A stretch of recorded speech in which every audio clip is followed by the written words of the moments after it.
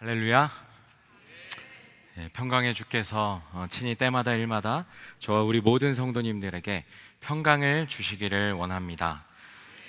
주께서 우리 모두 또 특별히 오늘 바쁜 여행 일정 중에도 예배 자리를 기억하고 믿음으로 주님 전에 나와 함께 예배드리시는 모든 주의 백성들과 또 그 여정 가운데 특별히 오늘 처음으로 주님 전에 나와 함께 예배드리시는 우리 모든 분들 가운데 늘 좋으신 하나님께서 동행하시기를 간절히 축원드립니다. 저기 계신 분들과 인사하겠습니다. 은혜의 자리에 참 잘 오셨습니다. 은혜의 자리에 참 잘 오셨습니다. 오늘은 갈아엎으라라는 제목으로 하나님의 말씀 증거하도록 하겠습니다. 하나님의 말씀에 생명이 있습니다. 하나님의 말씀의 씨앗은 우리 마음에 심기어져서 잘 성장하고 후에는 귀한 열매를 맺게 됩니다. 그것은 땅에 심기울 때 아주 작은 겨자씨처럼 미미해 보이지만 그 안에 숨겨진 하나님 나라의 풍성함은 우리가 가늠하고 생각하는 그 모든 것을 훨씬 뛰어넘는 차원의 것입니다. 그러나 이 시대를 살아가고 있는 우리들의 삶의 모습, 또한 우리의 삶의 자리를 살펴볼 때에 과연 우리가 살아가고 있는 이 지금 이 시대 속에서도 하나님의 말씀이 역사하고 있는가? 우리 안에 말씀의 씨앗이 심기어져서 깊이 뿌리 내리고 또 싹을 틔우고 또 성장하여서 풍성하게 열매 맺게 되어지는 말씀이 흥왕한 그 역사가 여전히 일어나고 있는가? 저는 의문이 남습니다. 왜 예수를 믿는다고 해도 내 삶은 변화되지 않는가? 왜 예수를 믿는다고 하면서 안 믿는 사람들과 별다른 차이가 없는가? 하나님 말씀에 꿈틀거리는 그 찬란한 생명력이 예수님 당시나 또 지금이나 동일하다면 그것이 심기우고 자라나서 풍성히 열매 맺지 못하는 것에는 우리가 가지고 있는 기본이 되는 터전, 즉 땅이 어떠한지에 대해 우리가 깊이 고민해 보아야 합니다. 특별히 우리가 살아가고 있는 이 시대는 언제든지 원한다면 하나님의 말씀을 읽고 듣고 보고 공유할 수 있습니다.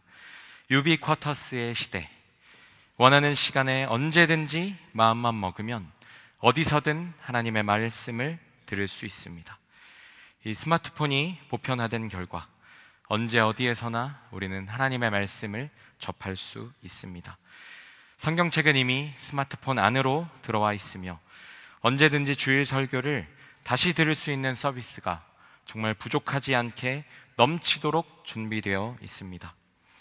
그러나 이러한 말씀의 풍요로움, 또 말씀의 홍수의 시대 속에 오히려 우리의 삶을 말씀의 생명력으로 채우지 못한 매우 역설적인 상황에 지금 우리는 당면하여 있습니다. 이러한 상황을 마치 2000년 전에 예측이라도 하셨듯이 오늘 본문에서 예수님께서는 제자들과 모여있는 무리들에게 아주 중요한 비유를 던지십니다. 그것은 같은 씨가 뿌려진 4가지 땅에 대한 이야기입니다. 씨의 생명력이 다른 것이 아니라 동일한 생명력을 가진 씨앗이 심겨졌다는 것. 결국 그것이 어떤 땅에 떨어졌느냐에 따라, 즉 땅이 어떠함에 따라 각기 다른 수확의 결과를 가져오게 된다라는 것을 의미합니다. 다시 말하면 말씀을 받는 그 땅의 상태가 그곳에 뿌려지는 씨앗만큼이나 중요함을 우리에게 말씀하고 있습니다. 그렇기 때문에 우리에게는 이 씨앗이 가진 그 본래의 생명력이 충분히 발현될 수 있는 그 땅을 준비할 책임이 바로 저와 우리 성도님들에게 주어지는 것입니다. 예수님의 이 비유를 통해서 나의 땅은 지금 어떠한 상태인지, 혹여나 내 삶의 자리, 묵은 땅, 기경해야 할 곳이 있다면 좋은 땅으로 한번 갈아엎어야 하겠다는 그런 강도 높은 결단에까지 이르실 수 있기를 간절히 소망합니다. 오늘 우리에게 주어진 이 말씀을 이해하기 위해서는 이 당시대와 당시대의 문화와 또 역사, 그리고 사회적 배경, 그리고 정황을 바르게 알아야 할 필요가 있습니다. 특별히 이 말씀의 배경이 되는 이 팔레스타인 땅의 이 농경 문화에 대한 시대사적인 아주 깊은 이해가 우리에게 필요합니다. 우리가 가지고 있는 이 한국적인 농경 문화의 기준으로 이 말씀을 보게 되면 이 비유는 시작부터 매우 이상한 이야기가 되어버립니다. 왜 멀쩡한 씨를 길가에 뿌리고 또 돌밭에 뿌리고 또 가시덤불에 뿌리는 것일까? 우리 문화의 패러다임을 통해 바라본다면 이것은 매우 괴상한 파종법이 됩니다. 먼저 겨울 내내 꽁꽁 얼어붙어 있는 그 밭이 파종하기에 용이하도록 밭이 될 땅을 쟁기로 충분히 갈아두고 그곳에 씨를 뿌리는 것이 우리가 아는 농경 문화의 방식이기 때문입니다. 하지만 팔레스타인에서는 먼저 씨를 뿌리고 나서 나중에 밭을 갈게 됩니다. 씨를 뿌리는 사람은 밭에도 길이 나 있기 때문에 밟고 다니던 곳에도 일부러 씨를 뿌립니다. 그렇게 해서 밭의 다른 부분은 물론 이 길까지도 후에 함께 쟁기질을 할 심산입니다. 갈아엎기 위해 일부러 뿌려둔 씨앗이라는 것입니다. 운이 나빠서 또 잘못되어서 그곳에 떨어진 씨앗이 아닙니다. 다분히 농부가 의도를 가지고 뿌린 씨앗입니다. 씨를 뿌리는 사람은 역시 일부러 휴경지에서 자랐다가 시들어버린 채 말라있는 그 가시덤불 속에도 씨를 뿌립니다. 이 또한 역시 쟁기질을 통해서 완전히 갈아엎을 것이기 때문입니다. 돌밭에 나달이 떨어진 것도 전혀 이상할 것이 없습니다. 다만 이 이야기에서 우리가 주목해 보아야 할 것은 이 씨를 뿌리게 되는 상황과 또 그에 따른 결과를 이야기함에 있어서 중간에 생략된 그런 행동이 있다라는 것입니다. 이것이 이 비유에 있어서 가장 중요한 부분입니다. 예수님께서는 아마도 의도적으로 그것을 이야기하시기 위해서 이 이야기에서 언급하지 않은 것으로 보입니다. 그것은 바로 앞서 언급한 이 팔레스타인의 이 농경의 방식대로 땅을 갈아엎는 행위입니다. 이 이야기를 듣는 모든 사람들은 자연스럽게 씨를 뿌린 뒤에 일어날 그 행동에 대해서 예상하고 있습니다. 하지만 예수님은 이 땅에 뿌려진 이 씨앗의 결과에 대해서만 언급하십니다. 이야기를 듣는 사람들은 의아하게 생각할 것입니다. 어째서 씨를 뿌리는 농부는 밭을 갈지 않았는가? 좋지 못한 땅에 떨어진 그 씨앗들은 농부가 땅을 갈아엎지 않아서 결국 열매를 맺지 못하게 되어버렸구나. 바로 이것이 예수님께서 이 비유를 통해 의도한 것입니다. 씨를 뿌린 후 했어야 하는 이 땅을 갈아엎는 일을 하지 않았을 때 어떤 결과가 벌어지게 되었는지를 예수님께서는 이 듣는 이들의 문화와 또 상식 속에서 너무나 익숙한 방법으로 이 비유를 통해 아주 극명하게 서로 대비시키고 있었던 것입니다. 하나님께서 오늘 본문 말씀을 통해서 우리 모두가 다 예수 그리스도를 믿는 사람이라고 한다면 열매 맺는 삶을 살아야 함을 비유로 말씀하고 계십니다. 그리스도인으로 살아가는 저와 우리 모든 성도님들은 열매 맺는 삶을 소망하고 또 그렇게 되기를 바라고 있지만 모든 사람이 다 풍성한 열매를 맺는다고 할 수 없습니다. 오늘 예수님께서 이 4가지 땅에 떨어진 이 씨앗의 비유를 통해서 저와 우리 성도님들에게 들려주신 것처럼 풍성하게 열매 맺는 삶과 또 그렇지 못한 삶에는 명백한 차이와 또 이유가 있다는 것을 우리가 기억해야 할 것입니다. 그리고 나의 삶 가운데 있어서 말씀의 씨앗이 자라서 풍성하게 열매 맺지 못하게 하는 걸림돌이 무엇인지 정확하게 발견하고 또 그것을 극복하기 위해서 땅을 갈아엎는 과정을 지속적으로 감당해야 합니다. 또한 그것은 비단 한두 번의 과정으로 끝나는 것이 아니라 우리가 인내로 꾸준하게 계속해서 진행해야 하는 과정임을 우리가 잊지 말아야 합니다. 그렇다면 어떻게 해야 풍성히 열매 맺는 그리스도인으로 살 수 있을까요? 모태신앙으로 신앙의 연수가 길고 또 연륜이 있어야 풍성한 열매를 맺는 삶을 살 수 있는 것일까요? 또 놀라운 은사와 초자연적인 능력이 있어야 풍성한 열매를 맺겠습니까? 교회 안에서 직분자가 되고 또 많은 봉사를 해야 풍성한 열매를 맺습니까? 아닙니다. 오늘 본문에서 예수님께서는 이 그리스도인이 풍성히 열매 맺기 위해서는 좋은 땅을 준비해야 한다라고 말씀하고 계십니다. 씨앗이 떨어진 그 땅들을 갈아엎어서 좋은 땅이 되도록 만들라라고 말씀하고 계신 것입니다. 나는 이미 태어날 때부터 결정되어진 어떻게 해볼 수 없는 땅이 아니라는 것입니다. 오히려 갈아엎는 그 기경에 노력이 없을 때 나의 삶에 어떠한 결과가 일어나게 되는지를 오늘 본문을 통하여서 비유적으로 보여주심으로써 역설적으로 저와 우리 성도님들에게 말씀하고 계신 것입니다. 쟁기를 들고 일어나라. 옥토를 만들라. 땅은 불변하는 것이 아니다. 갈아엎으라. 호세아 선지자는 이스라엘 백성들에게 강하게 일갈하고 있습니다. 너희 묵은 땅을 기경하라. 너희 묵은 땅을 기경하라. 이 외침이 바로 당시 예수님 앞에 있었던 그 사람들뿐만 아니라 오늘을 살아가고 있는 저와 우리 모든 성도님들에게 동일하게 말씀해 주시는 하나님의 외침인 줄로 믿습니다. 우리는 여러 가지 걸림돌들이 존재하는 나의 삶, 또 나의 땅, 영적인 영역, 또 지적인 영역, 또 체력, 또 기타 등등의 나의 삶을 완전히 갈아엎어야 합니다. 씨앗이 밟히고 있습니다. 새들이 와서 먹고 있습니다. 바위 때문에 뿌리 내리지 못하고 말라가고 있습니다. 가시덤불에 막혀 더 이상 자라지 못하고 있습니다. 그때 어떻게 하시겠습니까? 나의 마음의 밭을 경작해야 합니다. 꾸준히 말씀을 듣는 자리에 있어야 합니다. 간절한 마음으로, 사모함으로 우리가 말씀을 읽고 묵상해야 합니다. 또 성경 암송을 통해서 우리의 삶에 있는 선택의 순간, 또 위험의 순간에 우리가 즉각적으로 말씀을 붙드는 훈련이 되어야 합니다. 그리고 말씀대로 어떻게든 나의 삶 가운데서 살아내려고 하는 그 도전과 또 결단을 통해서 우리가 지속적으로 나의 땅을 갈아엎는 그 작업을 멈추지 말아야 합니다.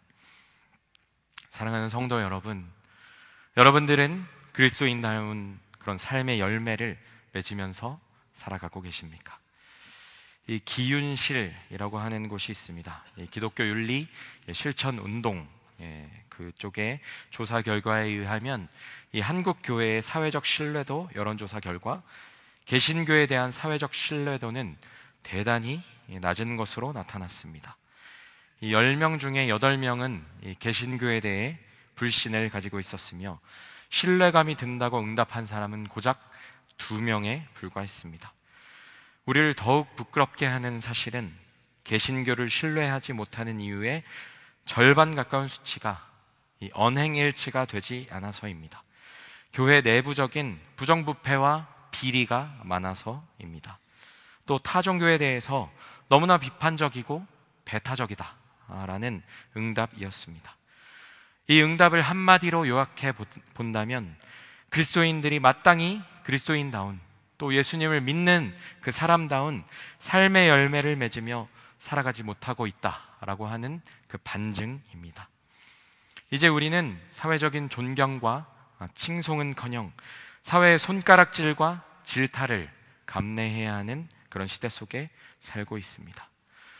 아니, 이미 이 개신교에 대한 기대는 없다고 보아도 됩니다. 대체 어디부터 잘못된 것이겠습니까? 왜 우리는 우리가 듣고 배우는 그 하나님의 말씀대로 살아내지 못하고 있는 것일까요? 도대체 어떻게 해야 이 열매 맺는 삶을 살아갈 수 있는 것입니까?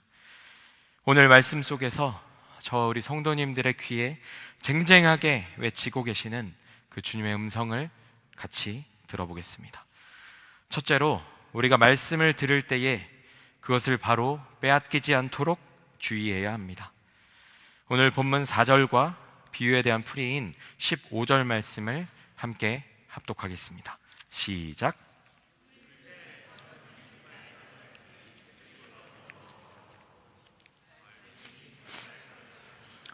이들을 가리킴이니 곧 말씀을 들었을 때에 사탄이 즉시 와서 그들에게 뿌려진 말씀을 빼앗는 것이요. 아멘. 길가에 떨어졌다는 것은 그것이 상하게 될 위험에 아주 쉽게 노출되어 있다는 것을 의미합니다.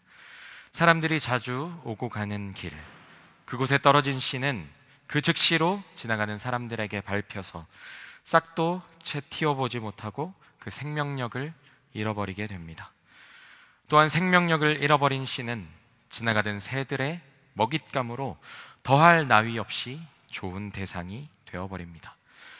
결론적으로 길가에 떨어진 그 씨는 생명의 가능성조차 발현하지 못하고 마귀에게 삼켜지고 만다라고 예수님께서 오늘 말씀하고 계시는 것입니다. 이 표현들에서 우리가 특별히 주목해 보아야 할 것은 15절에 사용된 이 듣다라는 아쿠소신이라는 이 헬라어 단어의 원문 표현입니다. 길가에 떨어진 이 씨앗에 대해 사용된 이 듣다라는 표현은 단순 과거형으로 표현되어 있습니다. 즉 이것은 지속적인 것이 아니라 단회적인 일회적인 사건으로서 이루어진 들음이라는 것입니다. 말씀을 듣기는 했지만 꾸준히 들은 것이 아니라 한 번 듣는 것으로 그친 것입니다.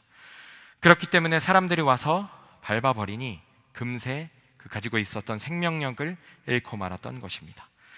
싹이 틀 새도 없었던 것은 어쩌면 당연한 일입니다.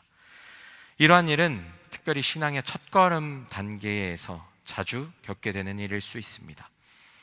아직 마음에 구원의 확신이 채 들어서기도 전에 마귀는 다양한 방법으로 이 하나님의 말씀이 싹트지 못하게 합니다. 다양한 방법으로 그것을 가로막을 것입니다. 아내가 신앙생활을 시작하려고 하자 남편이 그것을 막을지도 모릅니다.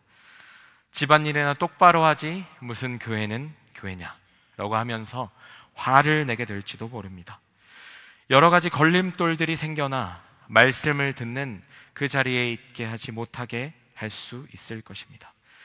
특별히 영혼의 구원에 달린 문제에 있어서 마귀는 더욱더 집요하게 우리로 하여금 회방을 놓을 것입니다. 영혼이 구원받고 또 새로운 생명을 얻는 일이 그 무엇보다 싫은 일일 것이기 때문입니다. 하지만 이런 갈등과 투쟁이 있을 때일수록 더욱 우리가 말씀을 듣는 자리에 있어야 합니다. 앞서 말씀드린 것처럼 이 길가에 떨어진 그 씨앗이 밟히고 먹히게 된 것은 말씀을 듣되 지속적으로 듣고 행하는 그런 치열한 싸움을 우리의 삶의 자리에서 하지 않은 것이기 때문입니다. 나의 삶을 기경하지 않은 것입니다. 사람들이 그냥 지나가도록 그냥 밟히도록 내버려 두었기 때문입니다. 결국에는 새가 날아와서 그 씨앗을 삼키고 말았습니다. 생명은 그 시작도 해보지 못하고 꺼져버리고 말았습니다. 예수님께 찾아와 어떻게 하면 내가 구원을 받을 수 있겠느냐고 물었던 한 부자 청년의 이야기를 잘 알고 계실 것입니다. 그는 예수님에 대한 소문을 들었습니다. 그리고 그의 가르침대로 따르기 원해서 예수님 앞에 찾아왔습니다. 그리고 물었습니다. 선한 선생님이여, 어떻게 해야 내가 영생을 얻을 수 있습니까? 예수님께서는 구약의 옛 계명들을 열거하시면서 이것들을 다 지켜야 합니다 라고 했습니다. 부자 청년은 자신 있게 대답했습니다. 내가 그것들을 어렸을 때부터 다 지켰나이다. 청년은 예수님의 말씀을 듣고 기쁨으로 구원의 확신을 막 가지려는 찰나였을지도 모릅니다. 그런데 그때 예수님께서는 그 청년에게 이렇게 말씀하십니다. 내게 한 가지 부족한 것이 있다. 내가 가진 그 모든 것을 팔아서 가난한 자들에게 나누어 주어라. 그리하면 하늘에서 보화가 있을 것이다. 그리고 나서 나를 따르라. 안타깝게도 이 부자 청년은 거기에서 포기하고 말았습니다. 이 땅에서의 부와 명예와는 비교할 수 없는 그 구원이 자신의 눈앞에 있는데 근심하며 뒷걸음질 쳐서 다시 본래의 삶으로 돌아가고 말았습니다. 예수님을 따르는 그 복된 삶이 자신의 코앞에 전해졌지만 모든 것을 나누어 주라는 그 걸림돌 때문에 예수님을 따르는 그 첫걸음도 떼지 못하고 쓸쓸히 사라져버리고 말았습니다. 사랑하는 성도 여러분, 여러분이 신앙의 토대를 쌓고 특별히 구원의 확신을 가지는 과정에서 여러 가지 크고 작은 다양한 어려움이 있을 수 있습니다. 하지만 끊임없이 이 말씀의 자리에 있기를 노력하시기를 바랍니다. 특별히 구원의 확신을 가질 때까지 부단히 하나님의 말씀을 듣고 믿음의 싹을 틔울 수 있도록 우리가 매진해야 합니다. 때로는 예배 드리기 싫은 마음이 들 때도 있습니다. 요즘 같은 날씨에 참 교회 오기가 쉽지 않을 때가 있습니다. 그때 어떻게 하면 되느냐? 저 본당 구석에서 예배를 드리면 됩니다. 그때 어떻게 하면 되느냐? 저 본당 2층에 그 복도에 앉아서 예배를 드리면 됩니다. 그때 어떻게 하면 되느냐? 저 화장실 쪽 복도에 앉아서 말씀에 귀 기울이면 됩니다. 조금 추울 수는 있습니다. 하지만 어떻게 하시더라도 그 말씀을 듣는 자리를 포기하지 마시기를 바랍니다. 둘째로 우리가 말씀을 따라 살려고 할 때 오는 이 믿음의 시련을 극복해야 합니다. 본문 5절과 6절 그리고 비유에 대한 풀이인 16절로 17절 말씀을 함께 합독하겠습니다. 시작.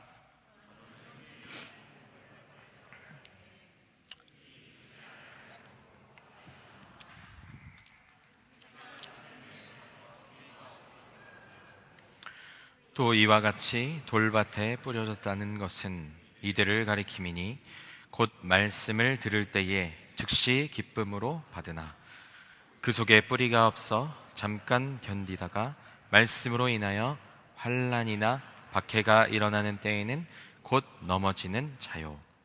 아멘.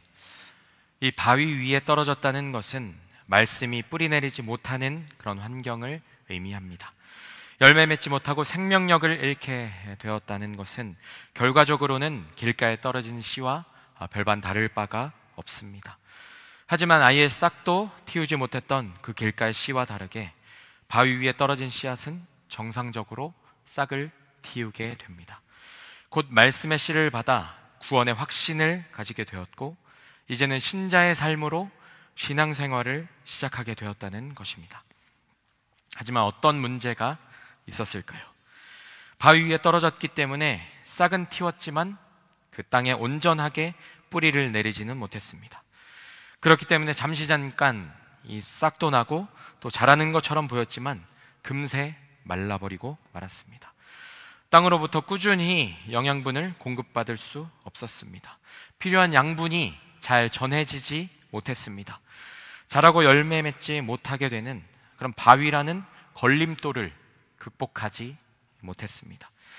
예수님께서는 이러한 사람들에 대해서 잠깐 믿으나 시련을 당하면 배반하는 자라고 표현하셨습니다. 믿음이 없지는 않지만 시험을 이기지 못하고 믿음의 자리에서 떠나는 사람들이라고 말씀하셨습니다. 이 표현들에서 우리가 특별히 주목해야 하는 것은 이 길가에 떨어진 이 씨의 경우와 마찬가지로 이 16절에 사용된 이 듣다라는 단어, 이 아쿠소신의 헬라어 원문 표현입니다. 바위 위에 떨어진 그 씨앗에 대해서도 이 듣다라는 표현은 단순 과거형으로 표현이 되어 있습니다. 앞서 주지한 것처럼 지속적인 들음이 아니라 일회적인 단회적인 사건으로서 이루어진 말씀 들음이라는 것입니다. 꾸준히 말씀을 듣고 또 행하는 노력을 통해 바위를 부수고 또 끄집어 던져내버리는 그런 기경의 수고를 하지 않은 땅에서 어쩌면 싹이 말라 죽게 되는 것은 너무나 자명한 일일 것입니다. 이러한 일들은 특별히 신앙생활을 오랫동안 큰 문제 없이 순조롭게 해오신 상당수의 성도님들에게서 발견되는 위기일 수 있습니다. 신앙의 연수가 깁니다. 또 모태신앙으로 어릴 때부터 하나님의 말씀을 늘 들으며 살았다고 생각합니다. 신앙생활을 하면서 큰 문제가 없었기 때문에 자신의 믿음에 대해서 진지하게 고민해 볼 그런 필요성도 느끼지 못했습니다. 하지만 삶의 근간을 뒤흔드는 그런 문제에 직면했을 때 깨닫게 될지도 모릅니다. 나의 신앙의 뿌리가 말씀 깊은 곳에 자리 잡지 못하고 있었다는 것을 말입니다. 싹이 나고 잘 자라고 있다고 생각했지만 실상은 바위에 막혀서 서서히 말라버리고 있었다는 것을 말입니다. 사랑하는 성도 여러분, 그런 절체절명의 위기 앞에서 신앙을 포기하지는 않았습니까? 풍랑이 일면 뿌리째 흔들리는 그런 연약한 믿음은 아니십니까? 파리에 와서 이렇게 살아가면서 단 한 번도 겪어보지 못한 그런 쓰디쓴 경험을 지금 하고 계십니까? 하나님의 말씀으로 다시 한번 나의 삶을 세우실 수 있기를 간절히 소망합니다. 하나님의 말씀으로 다시 한번 나의 삶을 기경하여서 하나님 앞에 올바로 세우실 수 있기를 간절히 축원드립니다. 셋째로, 말씀을 따라 살 때 찾아오는 이 세상의 기준에 적당히 섞여버려서는 안 됩니다. 오늘 본문 7절과 이 비유에 대한 풀이인 18절로 19절 말씀 함께 읽어보겠습니다. 시작. 더러는 자시떨기에 떨어짐에 가시가 닳아 기운을 막음으로 결실을 하지 못하였고,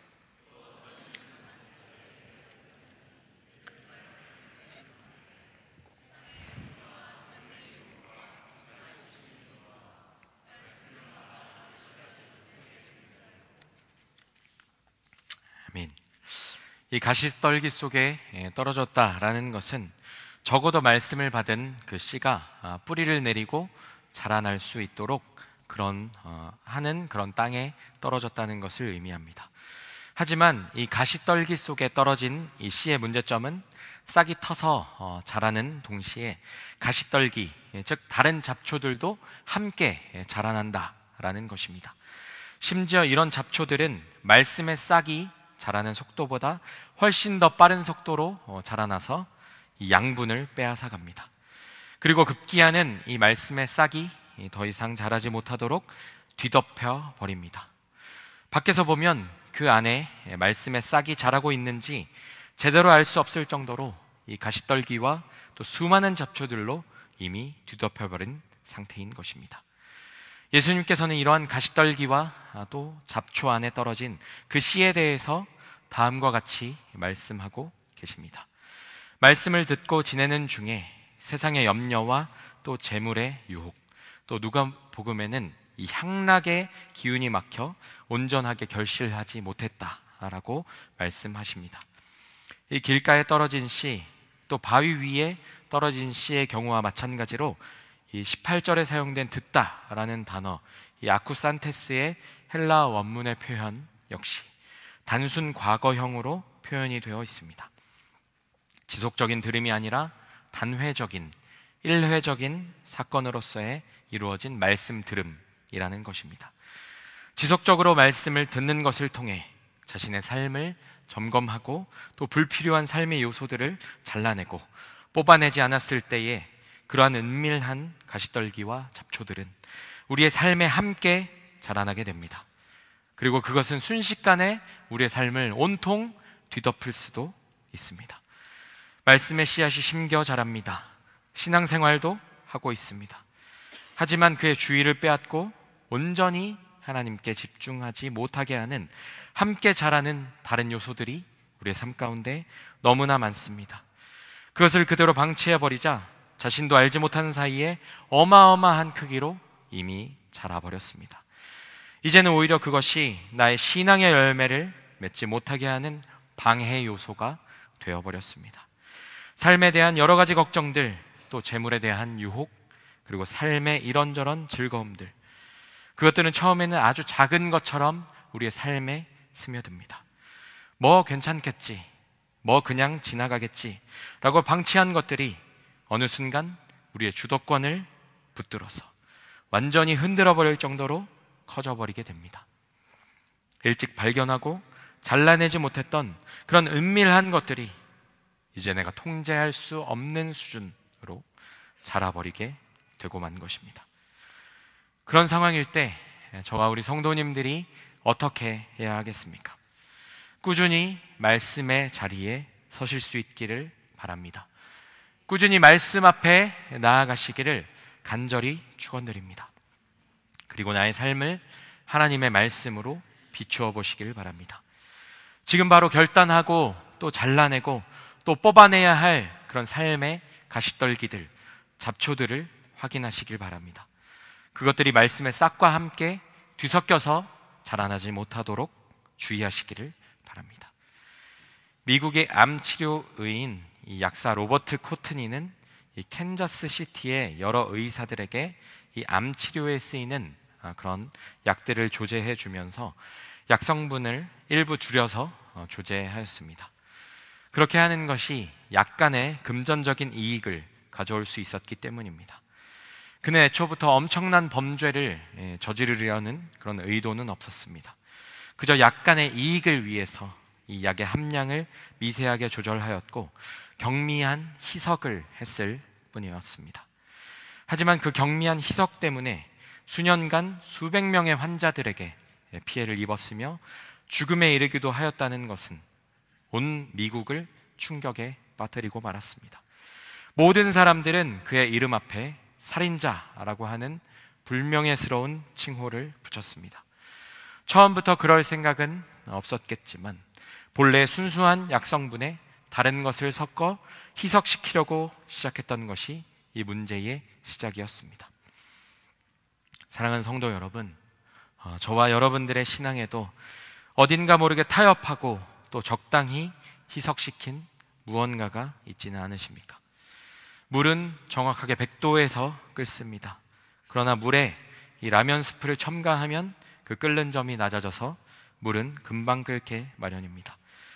미국에서는 초등학교 앞에서 무료로 사탕을 나눠준다고 합니다.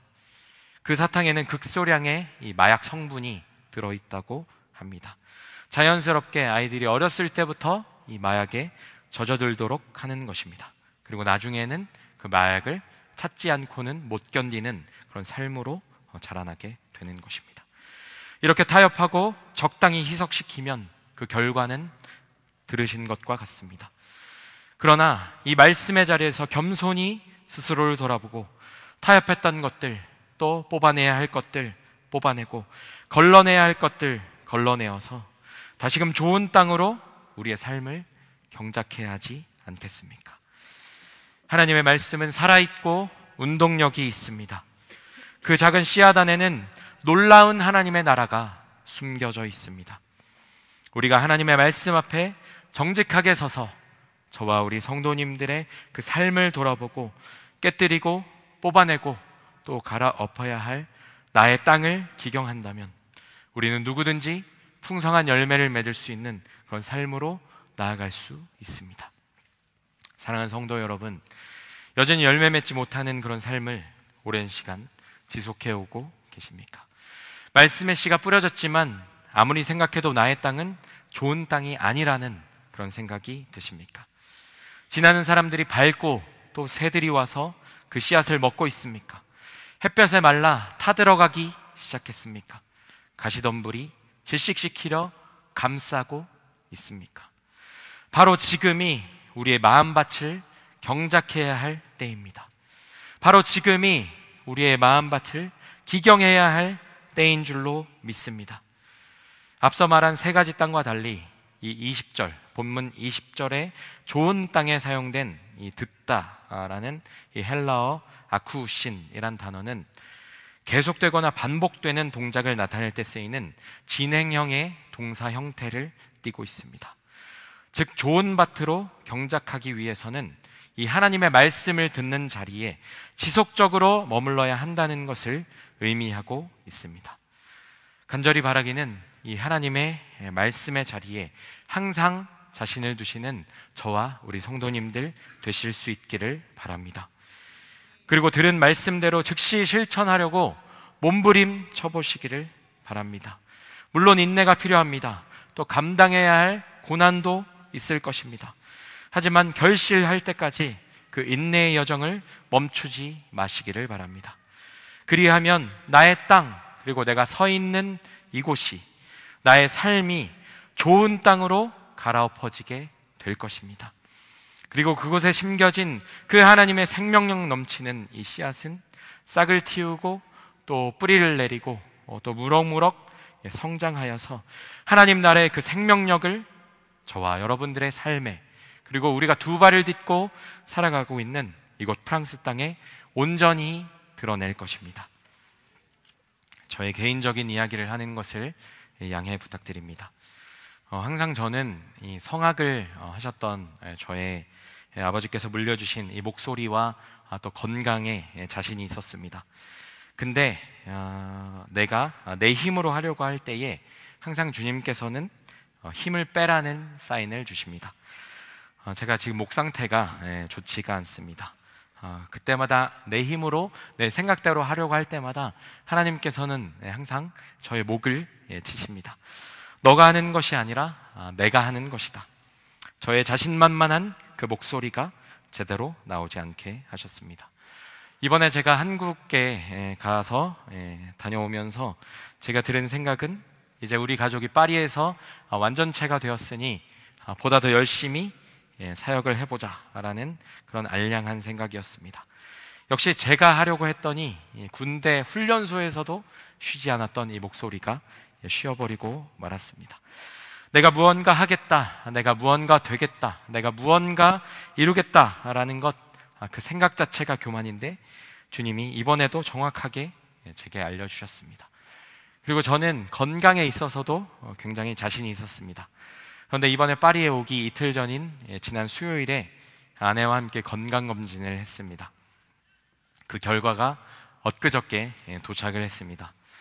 항상 저는 제 아내가 몸이 많이 약하기 때문에 저희 아내를 먼저 챙기고 저희 아내를 먼저 걱정합니다.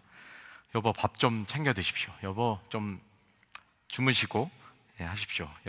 저희가 일주일간 이 한국에서 가져온 그 짐들 때문에 저희 집이 지금 폭탄을 맞은 상태입니다. 그래서 일주일 동안 그 짐을 정리하느라 아내가 정말 쉬지 않고 계속해서 짐 정리를 하는 아내가 너무나 걱정이 되어서 제발 좀 쉬면서 하라고 말을 했습니다.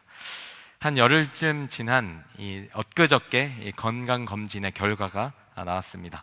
아내와 함께 확인을 하는데 아내는 깨끗했습니다.